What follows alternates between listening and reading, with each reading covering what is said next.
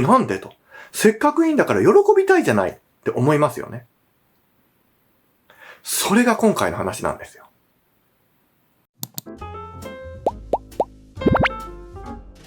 眼科医の平本です。今日は緑内障の方にいただいた質問について詳しくちょっとゆっくり質問に答えていこうと思います。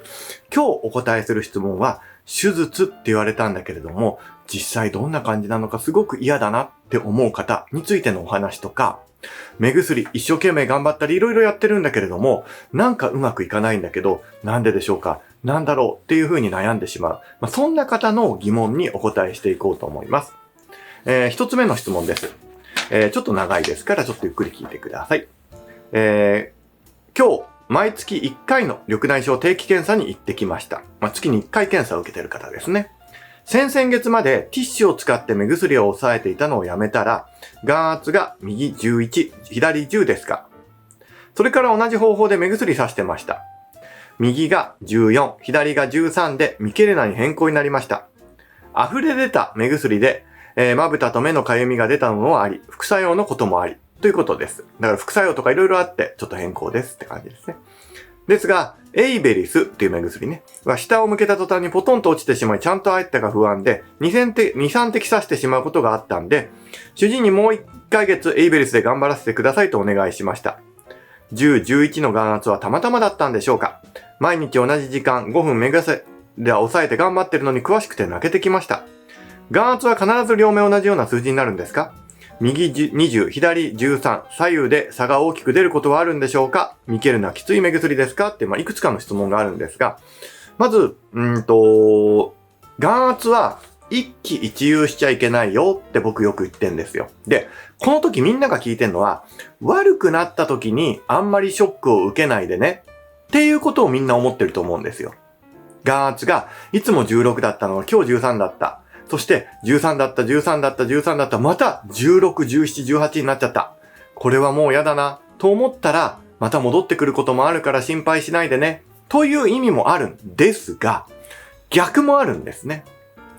もともと16だったのが13になっちゃった。この時、喜びすぎない方がいいんですよ。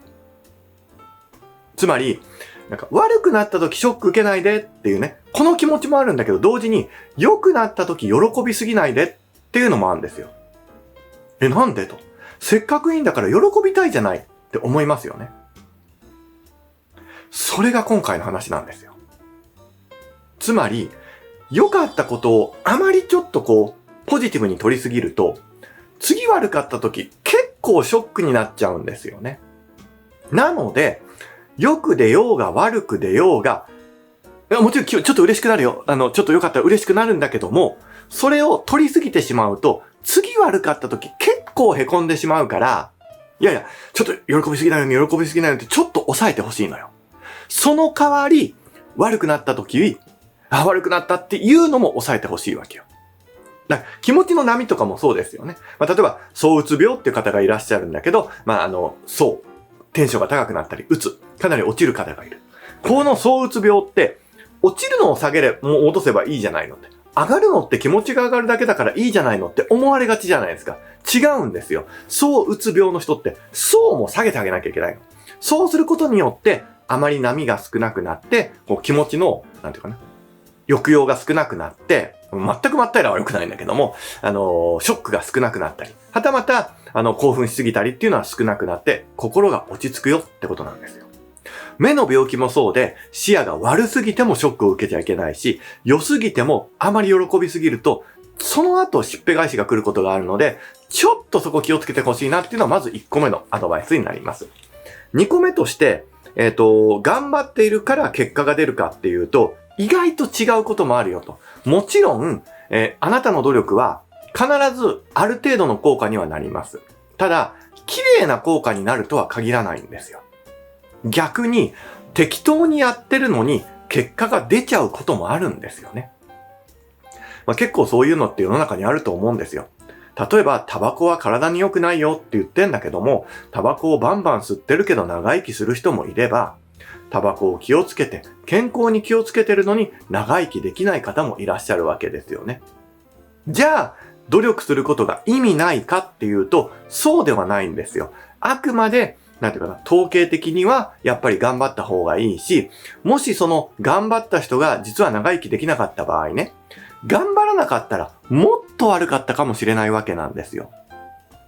そうは想像しないわけよ。普通、平均的な数字があって、平均年齢、余命が普通は70代とかって言うじゃない。70代まで生きないってことは何かね、悪いことしてないのに私がなるなんておかしいってやっぱ思いがちなんですよね。でも、そういうことではなくて、あくまでそれは、平均的にあなたの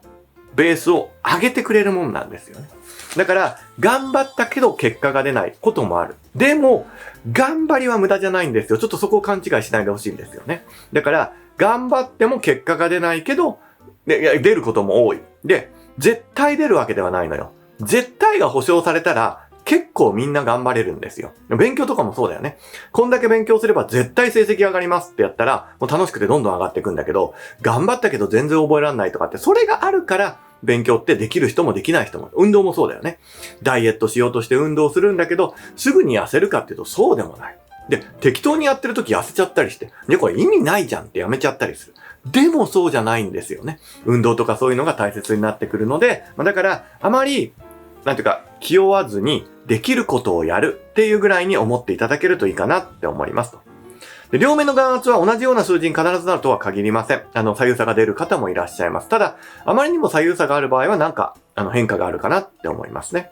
ミケルナという目薬に関して言うと、きつい薬っていう表現が難しいんですけど、それなりに、エイベリスとかよりは効果が高いと一般的に言われているお薬です。なぜかというと、2つの目薬が混ざってるからですね。ラタノプロストとベータブロッカーが混ざっているので、だから、効果が出やすいっていう風に言われているお薬なんで、じゃあ、そのきつい薬にするからすごく悪いとかではあまりないと思ってください。例えば、エイベリスをずっと使っている人、ミケルナをずっと使っている人っていうのがいますけど、ミケルナをずっと使ってるからその人状態が悪くなるとか、後々困っちゃうってことは一切ないです。エイベリスをね、にしといて、後に残しとくから、それが得というわけではないんですよ。もちろん、エイベリスとミケルナでそれぞれ、副作用があるので、それは別の話ですよ。そうじゃなくて、長期的に強いのを使ったらまずいんじゃないかって患者さん思いがちなんですよ。あまり緑内障の治療はそこ気にしないでください。強い目薬を使ったから後々困るってことはないです。もちろん強い薬の副作用は別ね。短期的な副作用は別として、長期的に使ったから後困るってことはないので、極端な話、いきなり3剤4剤使ってずっと使ってても目が荒れない、充血もしないし調子も悪くないんだったら OK なんですよ。だから強く治療することが不安だとかって思う気持ちはわかるし、例えば僕も高血圧の薬強いの出しましょうかって言われたら、大丈夫かなって思っちゃうわけよ。なんですけども、その気持ちはわかるけど、緑内障の治療においては、早めにやった、それで悪いってことはあまりないと思ってください。だから、ミケルナで、本当は大丈夫そうなんだけど、さらに追加してみようかって言われたとしても、それはそれで一つの考え方だって思っていただけるといいかなって思います。ということで、今日、一つ目のお話をまとめると、基本的に、あんまり、喜びすぎないのも大切。ショックを受けないのも大切だけど。で、そうすることが心を守ることにつながるので、喜ぶなよっていう風に言いたいんじゃなくて、あなたの心を守りたいの。だからこそ、あまり上にも下にも触れてしまうと、後々ちょっと心が傷んでしまうので、ちょっとそこは、頭に入れていただけるといいかなっていう風に思いますと。他にもね、目薬とかのことも言いましたと。ちなみに、チャンネル登録とかベルマークっていうのを押しといていただいていると、今後のためにもなるし、見れるので、ぜひお願いします。あと、高評価ボタンもお願いしますね。で、二つ目です。二つ目は、トラベクレクトミー勧められてます。そんなに術後は辛いでしょうか？やってよかった。視野が止まったっていう人の割合はどれほどでしょうか？先生の体感でいいので教えてほしいです。っていう言葉です。まず、トラベクレクトミーというのは、緑内障の手術のある意味最強の手術です。目に穴を開けて水を流してあげて眼圧を下げてあげる。いい手術ではあるけれども、デメリットがあって、手術によって調子悪くなったり見づらくなることが普通にありますっていう手術です。なので、普通白内障手術とか、網膜剥離の手術とかやったら良くなるっていうのが普通じゃないですか。むしろちょっと悪くなるかもしれないけど、将来のためにやる。こんな手術なので、相当患者さんの理解が必要なんです。なので僕の動画ではよくそのことを何度も言ってます。じゃあ、先生は手術反対派なの？全然そんなことない。むしろきっちりやった方がいいと思います。まず、トラベクレクトミー勧められてる状態でやらないってことは、相当リスクを抱えてるって思った方がいいです。なので、基本僕は勧められてるんだったらやった方がどうですかっていうふうにお話ししてます。いや、目薬の組み換えでなんとかっていうのはあるけども、それはもう本当にビザなんですよ。やっぱり勧められるような状態になったら一回は考えた方がいい。もちろん、その主治医のやり方が本当に大丈夫かなと思ったら、他の医者に意見を聞くのがいいよ。で、じゃあ、トラベクレクトミーやった人の実感はどうなのっていうと、まず、僕のトラベクレクトミーの手術を受ける人っていうのは、きちんと理解している人なんですよ。で、きちんと理解してない人と理解している人で、かなり違うんですよ。受け取り方が。で、僕がこれほど情報発信をしていなくて、皆さんに情報が届けられなかった頃、外来で患者さんにきちんと説明はしてましたし、手術はこういうもんで、むしろ今より長い時間をかけて説明してたかもしれない。動画ないからね。で、しっかり説明して手術をしてました。で、結果も今と比べて特別悪いわけではない。けれども、やっぱりその時の方が患者さんの不満度は多かったです。先生に言われたからやったけれども、やるんじゃなかったなって人もやっぱいました。ただし、じゃあその人の眼圧が下がってないかっていうと下がってて、視野進行も止まったりしてるんですよ、ビタッと。なのに、不満があったりするんですよ。それだけ緑内障手術っていうのは、その人視力も下がってない。視力も下がってないし、別に視野もそんなに欠けてないんだけど、やっぱり術後の不調とか、なんとなく見づらいとか、それがあるわけなんですよ。一定ね。じゃあ今、手術してる人たちはっていうと、比較的満足してくれてる人の方が多いかなっていうのが、正直な感想です。で、結果としてもある程度の効果が出てる。もちろん、思ったほど眼圧が下がってないとか、ほどほどっていうこともやっぱありますが、ある程度の効果はあるし、やった意味はあるよねって患者さんも僕も思えているような状態が多い。なぜか。これは患者さん側の理解があるからなんですよね。今現状僕が手術をしている患者さんって比較的この動画とか情報をちゃんと得ている人が多いんです。すると、トラベクレクトミー、つまり緑内障手術のリスクを理解した上で、納得の上で手術をしていると比較的満足度が高い手術です。実際私が手術をした患者さんで、今まで毎日緑内障が悪くなるかすごく不安で過ごしていたけれども、手術をしたことで眼圧が下がって、目薬も全然しないで済んでるし、視野の進行もビタッと止まって、全く問題なく過ごしたって人もたくさんいます。つまり、なんていうかな。ちゃんと理解していれば、そんなに怖くてダメな手術なわけではないんです。ただし、このちゃんと理解がすごく難しい手術なんですよ。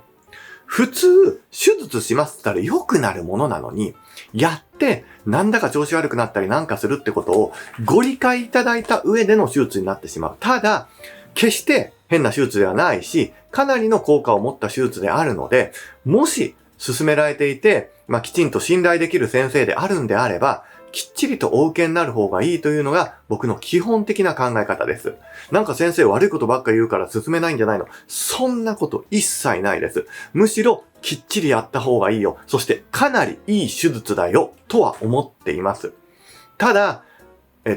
あんまり情報分かってない人が適当に受けるのは極めて良くない手術なんですね。きちんとこれを見ているあなたであれば、そんなに問題なく多分やった後、こんなもんなんだっていう方が多いんですよ。そのぐらいの気持ちでお受けになるのが、いいかなっていうふうに思っています。だから、ちょっとね、僕が強く言い過ぎてるところもある。ただし、